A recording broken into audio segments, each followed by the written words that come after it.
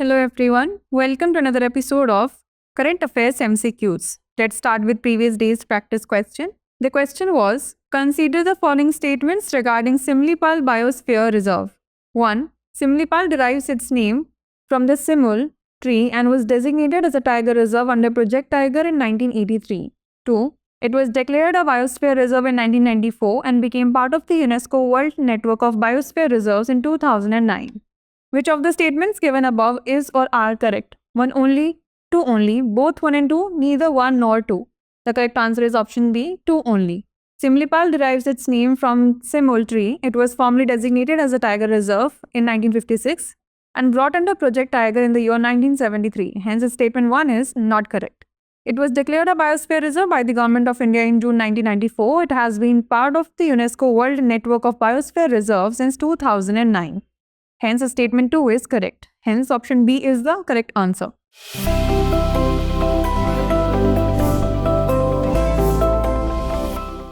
Let's start today's session. The first question is, regarding the National Turmeric Board, consider the following statements. 1. It is the sixth product dedicated board of the Ministry of Commerce and Industry after tea, coffee, rubber, spices and tobacco. 2. It is the only board to be headed by the Minister of Commerce and Industry. Which of the statements given above is or are correct? 1 only, 2 only, both 1 and 2, neither 1 nor 2. The correct answer is option 8, 1 only. The Ministry of Commerce and Industry launched the National Turmeric Board with its headquarters at Nizamabad, Telangana. It has been established to promote the cultivation, production, processing and marketing of turmeric in India and enhance the income of turmeric farmers. The Ministry of Commerce and Industry has increased its product dedicated boards to 6 after tea, coffee, rubber, spices and tobacco. Hence, statement 1 is correct. The board will consist of a chairperson appointed by the central government with representatives of the Ministry of Ayush, Department of Pharmaceuticals, Department of Agriculture and Farmers Welfare, and Department of Commerce, along with rotating senior representatives from 3 states. Hence, statement 2 is not correct. Hence, option A is the correct answer. Next, consider the following statements. 1. It is a third generation all-weather fire and forget anti-tank guided missile with lock-on after launch capability, allowing it to autonomously track and engage targets. 2. It features a top attack capability targeting the vulnerable upper surface of armored vehicles. 3. It has a range of 7 to 10 kilometers. Which of the following missiles best matches the above description? Nag Mark II, Spike, Javelin or Helena? The correct answer is option A, Nag Mark II. Nag Mark II anti-tank guided missile. It is a third generation all-weather fire and forget anti-tank guided missile and lock-on after launch capability, allowing it to autonomously track and engage targets. It is designed to neutralize modern armored vehicles, including those with explosive reactive armor, using a tandem high-explosive anti-tank warhead for enhanced destructive power. It has a range of 7 to 10 kilometers. Its predecessor was the Nag Mark I. It features a top attack capability targeting the vulnerable upper surface of armored vehicles. The Nag Mk2 is launched from Namika Nag Missile Carrier version 2. Hence, option A is the correct answer. Next, consider the following statements related to movement of the Indian plate. 1. India separated from Africa in the early Cretaceous period. 2. Reunion mantle plume separated the Indian plate from Seychelles. 3. The India-Asia collision is a hard continent-continent collision that resulted in the formation of Himalayas. How many of the above statements is or are correct? Only 1, only 2, all 3, none. The correct answer is option B, only 2. The Indian plate, once part of Gondwana land along with South America, Africa, Arabia, Madagascar, Australia and Antarctica, began breaking apart in the late Triassic. India drifted away from Africa in the middle Jurassic and later separated from Antarctica, Australia and the Indo-Madagascar block in the early Cretaceous. Hence, statement 1 is not correct. Around the Cretaceous Paleocene boundary, the Seychelles is split from India, influenced by mantle plumes like the Reunion plume, which also caused volcanic activity forming the Deccan Traps. Hence, statement 2 is correct. The Indian plate collided with the Asian plate during the Eocene, closing the Tethys Sea and forming the Himalayan mountain range and the Tibetan plateau. Hence, statement 3 is correct. This hard continent-continent collision created the world's youngest and largest fold mountains, significantly influencing global climate and establishing the Indian monsoon system. Hence, option B is the correct answer. Next, consider the following statements related to Consumer Price Index. 1. It measures the overall change in consumer prices based on a representative basket of goods and services, with 2011 as the base year. 2. It is published once every year by the National Statistical Office. 3. It is used for adjusting dearness allowance. How many of the above statements is or are correct? Only 1, only 2, all 3, none. The correct answer is option A, only 1. The Consumer Price Index measures changes in consumer prices over time using a representative basket of goods and services, with 2012 as the base year. Hence, statement 1 is not correct. This basket includes items such as food, clothing, transportation, medical care, electricity, and education. It is published monthly by the National Statistical Office under the Ministry of Statistics and Program Implementation. Hence, statement 2 is not correct. CPI serves to monitor price stability, adjust dearness allowance, and assess living cost, purchasing power, and inflation. Hence, statement 3 is correct. It is calculated by comparing the cost of a fixed basket of goods in the current year to the base year and multiplying by 100. Hence, option A is the correct answer. Next, consider the following features. 1. It is an annual religious festival held in West Bengal. 2. It coincides with the festival Makar Sankranti. 3. It is historically mentioned in the Mahabharata's Vana Parva and Raghuvamsa. Which of the following is best described by the characteristics mentioned above? Kumbh Mela, Pushkar Fair, Rath Yatra, or Ganga Sagar Mela? The correct answer is option D, Ganga Sagar Mela. Ganga Sagar Mela is an annual religious festival held on Sagar Island, West Bengal, at the confluence of the Ganga and Bay of Bengal. The Ganga River, originating from Gangotri, completes its journey and merges with the Bay of Bengal.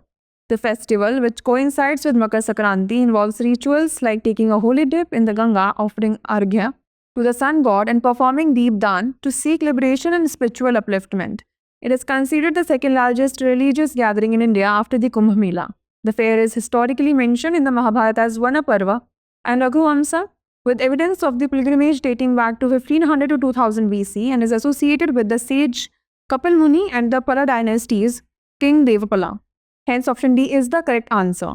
Next, the term post-truth world, often seen in the news, is best described as a scenario where public opinion is shaped more by emotions and personal beliefs than by objective facts. A period marked by the dominance of social media platforms over traditional news outlets for disseminating information. A world where the rise of advanced technology has eliminated the need for fact-based journalism. Or a situation where fake news is entirely eliminated through strict media regulations and fact-checking mechanisms. The correct answer is option A. The term post-truth world refers to a state where emotional appeals and personal beliefs have a greater influence on public opinion than factual accuracy or evidence. This phenomena is often associated with misinformation and the spread of fake news. Hence, option A is the correct answer. Next, regarding the graphics processing unit, consider the following statements. 1. GPUs are processors designed for parallel computing and are widely used in gaming, video rendering, and artificial intelligence applications. 2. Originally developed to accelerate 3D graphics rendering, GPUs have evolved to support advanced AI tasks like deep learning and neural network training. 3. GPUs are now crucial for AI research, enabling faster computations in high-performance computing and creative production. How many of the statements given above is or are not correct? Only 1, only 2, all 3, none. The correct answer is option D, none. Graphics processing units are processors designed for parallel computing and are widely used in gaming, video rendering, and artificial intelligence applications. Hence, statement 1 is correct. Originally developed to accelerate 3D graphics rendering, GPUs have evolved to support advanced AI tasks like deep learning and neural network training. Hence, statement 2 is correct. GPUs are now crucial for AI research, enabling faster computations in high-performance computing and creative production. Hence, statement 3 is correct. Hence, option D is the correct answer. Next, the Minquires and Ecrihost dispute frequently mentioned in the news is between which of the following countries? United Kingdom and France, Germany and Netherlands, Italy and Switzerland, or Spain and Portugal?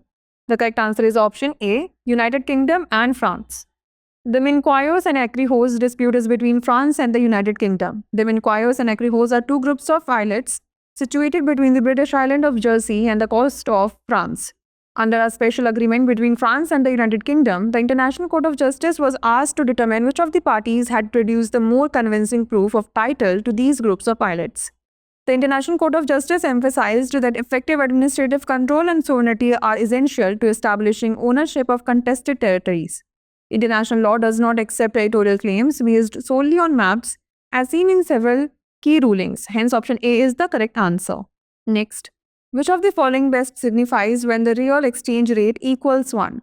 The currencies are at purchasing power parity and the goods cost the same in two countries when measured in the same currency. The nominal exchange rate is equal to the weighted average exchange rate of trading partners. The nominal exchange rate is equal to 0, or the real and nominal exchange rates are equal. The correct answer is option A. When the real exchange rate equals 1, the nominal exchange rate matches the purchasing power parity exchange rate, indicating that the currencies are at parity. In this scenario, goods have the same cost in both countries when expressed in a common currency. Hence, option A is the correct answer. The last question is, regarding mining, consider the following statements. 1. The Constitution of India mandates that the state government own the minerals within its boundaries. 2. The central government is mandated to own minerals within India's exclusive economic zone under List 1 of the 6th Schedule of the Constitution. Which of the statements given above is or are not correct? 1 only, 2 only, both 1 and 2, neither 1 nor 2. The correct answer is option B, 2 only. The entry at serial number 23 of List 2, that is State List, to the Constitution of India mandates the state government to own the minerals located within their boundaries. Hence, statement 1 is correct. The entry at serial number 54 of List 1, that is Central List of the 7th Schedule of the Constitution, mandates the central government to own the minerals within the exclusive economic zone of India. Hence, statement 2 is not correct. In pursuance of this, the Mines and Minerals Development and Regulation Act 1957 was framed. International Seabed Authority regulates mineral exploration and extraction of deep seabed minerals in the international seabed area that are beyond the limits of national jurisdiction. Hence, option B is the correct answer. Now it's time for the practice question. Consider the following statements. 1. It is dedicated to Lord Venkateshwara, an incarnation of Lord Vishnu. 2. The temple has a rich history with significant contributions from various South Indian dynasties, including the Pallavas, Cholas, and Vijayanagara rulers. 3. It has traditional South Indian temple architecture featuring a towering gopuram and intricate carvings. Which of the following temples best matches the above description? Meenakshi Temple, Madurai; Tirumala Venkateshwara Temple, Tirupati; Brihadishwara Temple, Tanjavur; or Ranganatha Swami Temple, Srirangam? Send the answer to this question in the comment section. Stay tuned for the next episode. Thanks for watching. For more informative content, like, share and subscribe, and do not forget to press the bell icon to get the notifications.